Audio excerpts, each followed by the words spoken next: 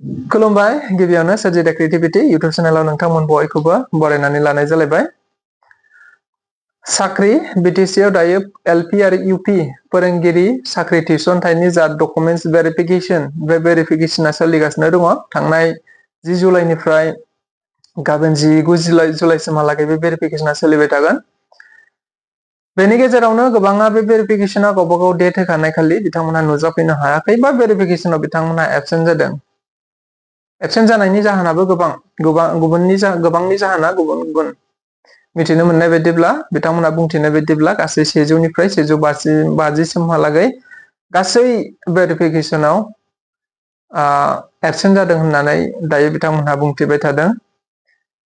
नंगौ बिथांमोनहा सोरबा लोमजादों सोरबा माबा मोनसे जाहोननि थाखाय फैनो हायाखै आरो मिथिनो मोननाय बायदिब्ला जेसेबां मिथिदों बे वेरिफिकेशन जाबाय थानायनि गेजेरावनो बीएड नि लास्ट सेमिस्टारनि बबेबा मोनसे एग्जामबो दङमोन होननानै बिथांमोनहा बुंथिदों जायनि थाखाय बिथांमोनहा वेरिफिकेशनाव फैनो हायाखै।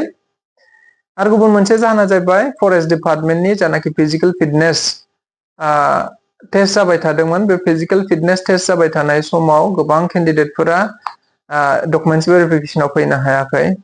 बेबायदि बीटीसी आवनो बेबायदि प्रब्लेमफोरा जाबाय थानायनि थाखाय बिथांमोनहा फैनो हायाखै आरो बेनि अनगायैबो गुबुन गावबागाव पार्सनेल जाहोनफोर दङ। दा बेफोरबायदि जाहोननि थाखाय गोबाङा फैनो हायाखै। दा बेनिखायनो बिथांमोनहा दायो गोबां इउटुबारफोरखौ नागिरदों आरो गोबां खौरां बिजोंफोरखौ नागिरनानै गावबा गावनि बाथ्राफोरखौ बिथांमोनहा बुंथिगासिनो दङ।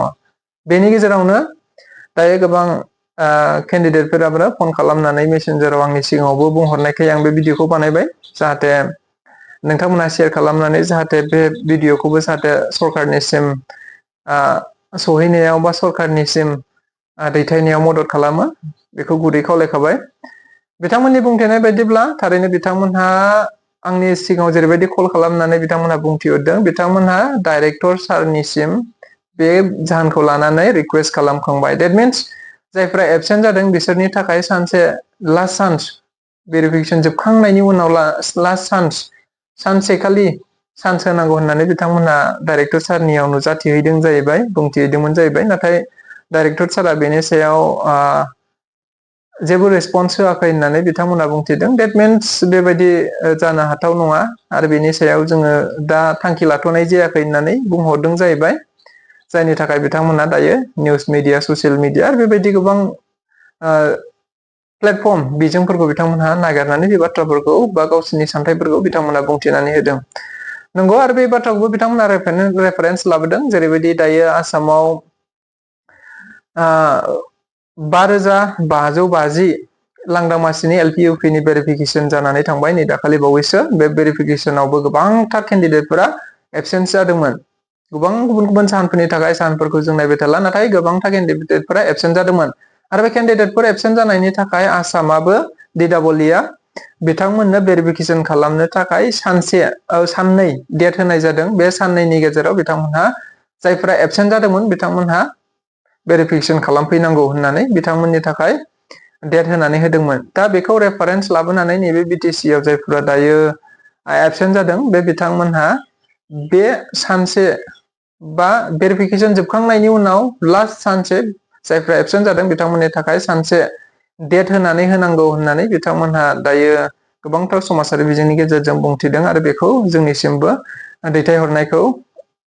दैथायहरदों बिथांमोनहा। बेनिखायनो जाहाथे नोंथांमोन बयबो सापर्ट खालामो आरो गोबांथार खस्थ' दुखुनि गेजेरजों बिथांमोनहाबो हयत'बा टेट पास जादों बा गोबांथार मिजिं आसा लानानै बिथांमोनहा दासिमहालागै दंबाय थायो।